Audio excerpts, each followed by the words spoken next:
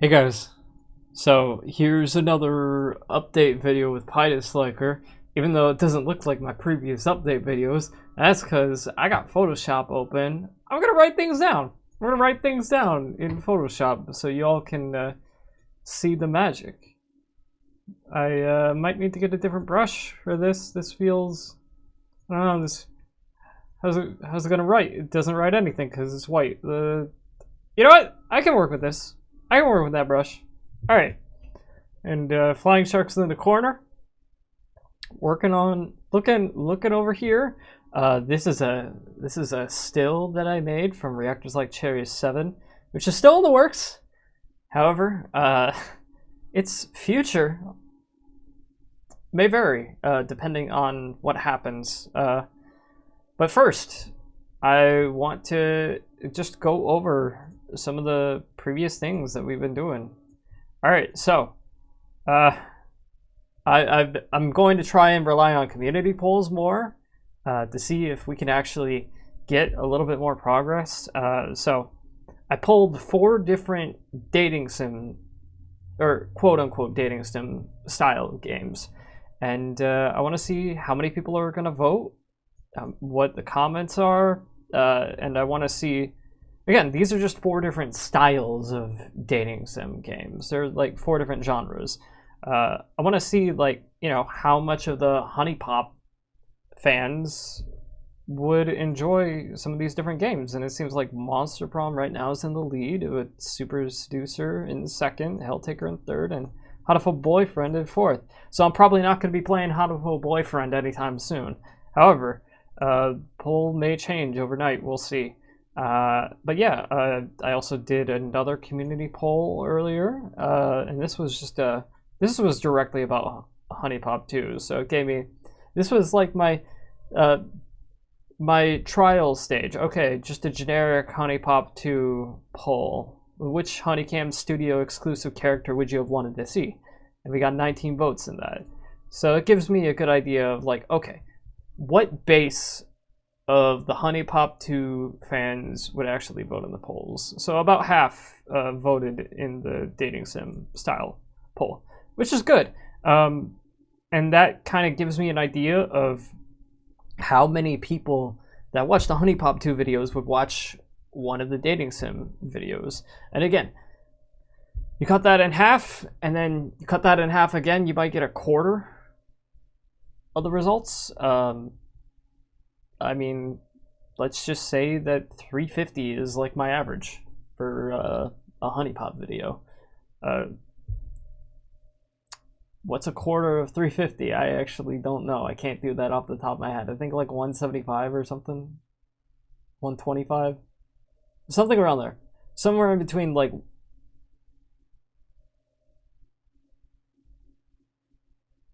$350. No, okay, so it would be like 75 views or something. It's still more. It would still be more than Everhood has gotten. That's for sure. The first Everhood video did okay, I guess. It didn't do well, honestly. It was pretty disappointing. But again, like, I've tried other videos too, and they're just not in the dating sim genre. I mean, my Persona 5 Strikers video, the first one that I launched, yeah, hasn't really gotten anywhere. So yeah, as you can see, these one-off videos that I do put a decent amount of time into, or not necessarily one-off, they might be two off, but like, I was planning on doing full playthroughs of them, but if they don't get the viewership, you know, what's the point? Other than purely for the love of the game. But I'm not just in this for the love of the game. I have a taste at actual channel growth here, and I want to see what I can do. So I've done a few things. First off, I actually I looked through and I realized that if I had, you might have noticed, I have removed numbers from my titles. It's still the same videos. I just removed the numbers, because I feel like if someone sees this video, but they see that it's like number 10 in the series, well, chances are they're going to be like, well, I don't want to watch the other 9. But if they just see this, on its own, they might think, oh, it's a HuniePop 2 video, let's check it out. So that's what I'm going to experiment with. So I am in the works of making the next HuniePop 2 video, and I do want to have it released in time for tomorrow, so I'm kind of like, this is going to be tough. But yeah, like, it's all recorded, next session's recorded and everything, and it's good, but I still got to edit it, upload it, make the thumbnail. There's still a lot that needs to be done. But yeah, as you can see, HuniePop drop-off happens around episode 6. So I decided, you know what, let's just get rid of the numbers, and we'll just see how the videos do by their own. And they still use, you still have the end cards to use. You have the description, which has the previous video and the next video in this series, and I've got playlists of it. So a lot of people have been viewing the playlist, which is good. It's good. And I do want to make a playlist for each individual game that I do. So if I do Monster Prom next, I'll have a playlist for that. But I'm not going to do the numbers anymore. The numbers thing doesn't work. And while people may search up like Monster Prom Part 1 or something like that, they're not going to be searching up Monster Prom Part 11. It's not happening. So I decided to ditch the numbers from the titles. We'll see how that does. Maybe I will get more viewers because of it. More people who find the videos through recommended or whatever might click on it, and they'll be like, hey, I know this scene. Sweet Home Alabama. They'll just be like, yeah, you do. But I am going to be searching through all these other different games, and hopefully there's no nudity on here. But the Steam library shows like the dating sim category, and this is how I found Everhood, because I was just searching through like new and trending and upcoming games and everything like that. So I will definitely be focusing on new games and trying to get into the search bar, but I do think I'm gonna have to stick with the dating sim category. But I mean, we'll see. Maybe Monster Prom doesn't work out, and then maybe I try one of these Nekopara games or something like that. I don't know, man. It's a bunch of trial and error until we can figure out what sticks. But pretty much, let's pull the plan, shall we? So the plan, step 1, milk. Wait, hold up. Milk HuniePop 2. It's actually very hard to write in Photoshop like this. Step number 2. Find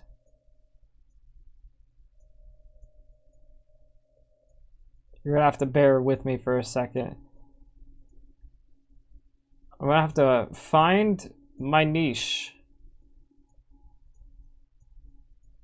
So if it is the dating sim genre, then I'll probably be uploading a shit ton of dating sim games. If it's not the dating sim genre, well, I'm gonna check and try similar things.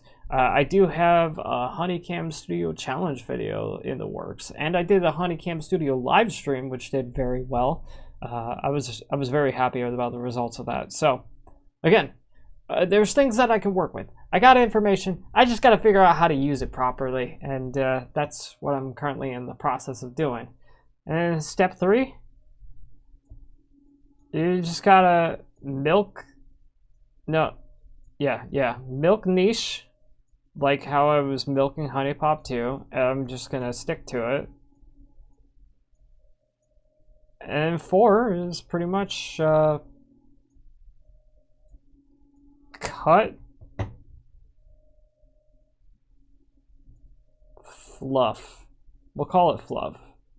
I mean, those are like the Everhood videos, the Persona 5 Striker videos, the videos that get, let's say, anywhere from 20 to 100 views. Anything below 100 views. If a video does not get 100 views within a month, it is an absolute failure, and I just can't continue doing it. I mean, that's what I saw happening with my tier list. It just wasn't working, so I decided to cut it. It just wasn't doing anything for me. So far, the only thing that's really been working for me have been HuniePop related content. So that's what I'm gonna keep doing for now. I'm still on step 2, find my niche. I'm working on it. Until then, I gotta milk HuniePop 2 videos. So I tried new and trending games, and I thought, hey, you know, maybe that's the thing. Maybe I just gotta get in before people know about games so I could show up in the search results. Well, guess what? Nobody knows about a game. Why are they gonna be searching for it? Yeah, a little disappointing. Now, if I see Everhood take off and I start seeing my Everhood videos suddenly getting thousands of views, cool, awesome, love it, great. I love that game, but damn, like, I ain't about to spend all my time and energy on those videos when I could be spending them on ones that I can actually milk. Like, if they're not doing anything for me, what's the point? So, YouTube is not what it used to be in like 2012, and I think we have to realize that if you want to grow on YouTube, you have to be a niche channel. You, at least at the start, you have to have something that pulls people in. That's like, hey, I'm this guy that does this thing. And if you do that one thing very well, then eventually you can start experimenting a little more and branching out. But I don't quite know what that is. And I don't think I can quite say I'm the HuniePop guy, because I feel like there are other ways to kind of, you know, maximize on your returns. And I feel like, you know, I'm going to try the dating sim thing, and if that doesn't work, I'll find something else. So it's just a matter of experimentation, but I'm working on it. And then I guess step 5 is redirect.